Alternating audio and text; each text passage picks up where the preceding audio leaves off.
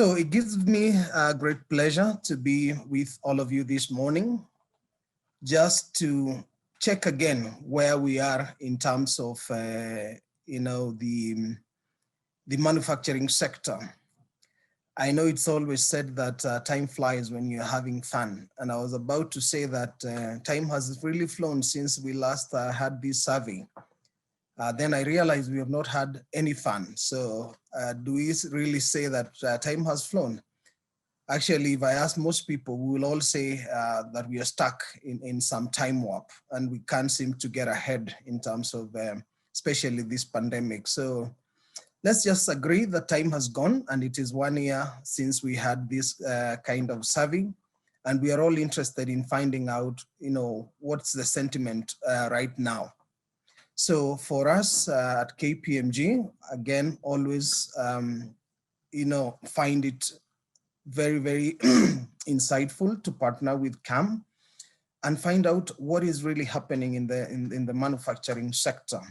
We all know it is one of the big four agenda items for this government. And we would always want to check how well we are doing in terms of achieving the targets that the government has set. And quite clearly, we aren't there. We aren't close to what we had set for ourselves as a government or as a country.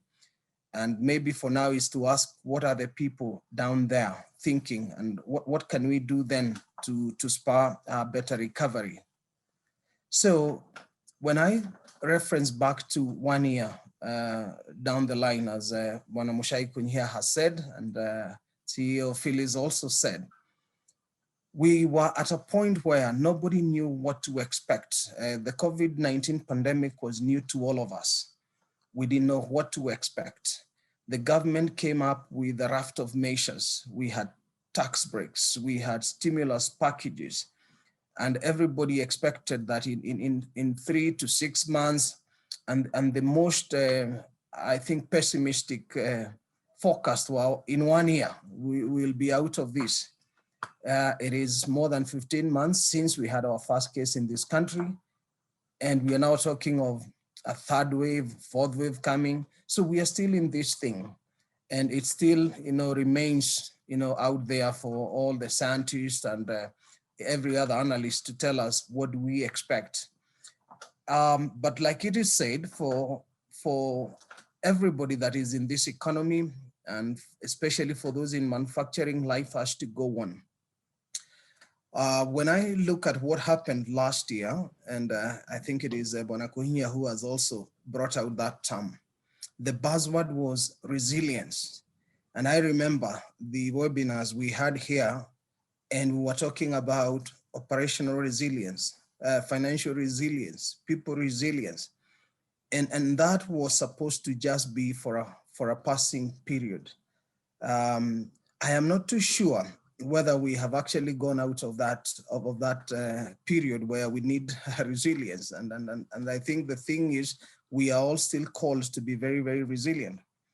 Reminds me, when we were analyzing the budget for this year, we were asked a question that the Treasury CS, Honorable Ambassador Ukuri-Yatani, had described this year's budget as a recovery budget.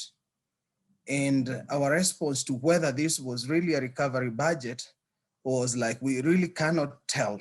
And for me, it seems like what I would call a trilemma budget.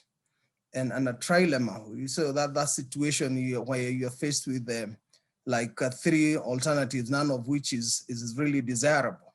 So we find ourselves in a situation where we have ballooning expenditure.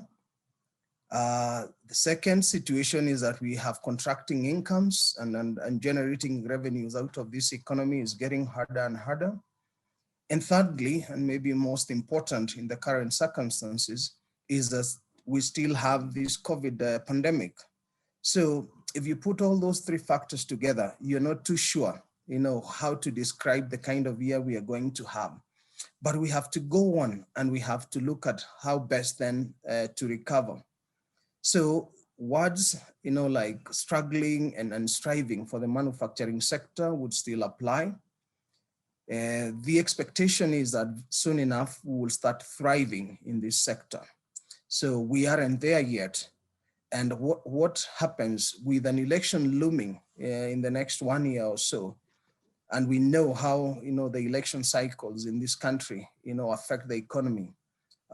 What do we then expect to happen in the next 12 months? So these questions, you would expect that in the survey, this is what people who are in the manufacturing sector are thinking about.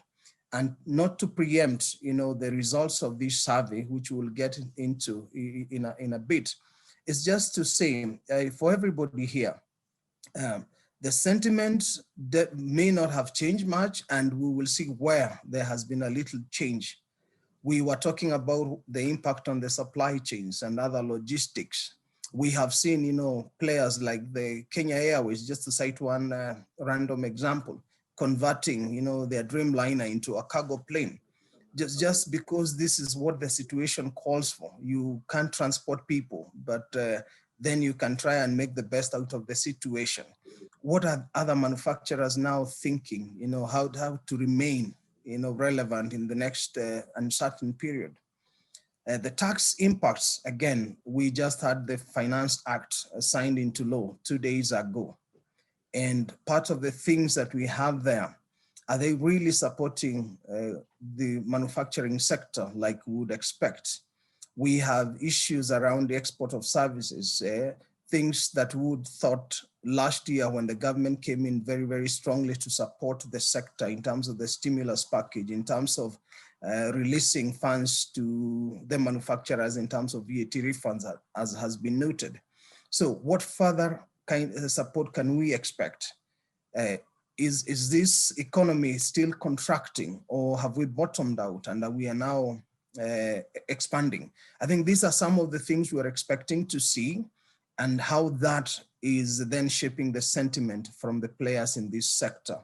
So can we recover if we don't fully vaccinate our people? I think that has also been said. We have less than 2% of the people, of the population in Kenya vaccinated. So we have had rollouts, we had monies put in this year's budget, about 14, 15 billion. And we are told that we are targeting to vaccinate 10 million people by December. So, I mean, good sentiments coming out there, but the proof, like they say, of the pudding is in the eating. We are all looking forward to the implementation of those good programs, so that the economy can recover, and especially the manufacturing sector can play its rightful role of helping this economy recover. So I guess with those remarks, we will just wait to hear what the survey results are, and what that means for the rest of us and for the economy. And then we can all chart way forward in terms of bouncing back. But in the meantime, crystal ball is, for some of us, points to the direction that we still have to tighten our seatbelts, like I said, and we have to bear a period of uncertainty for a little longer than we would have expected.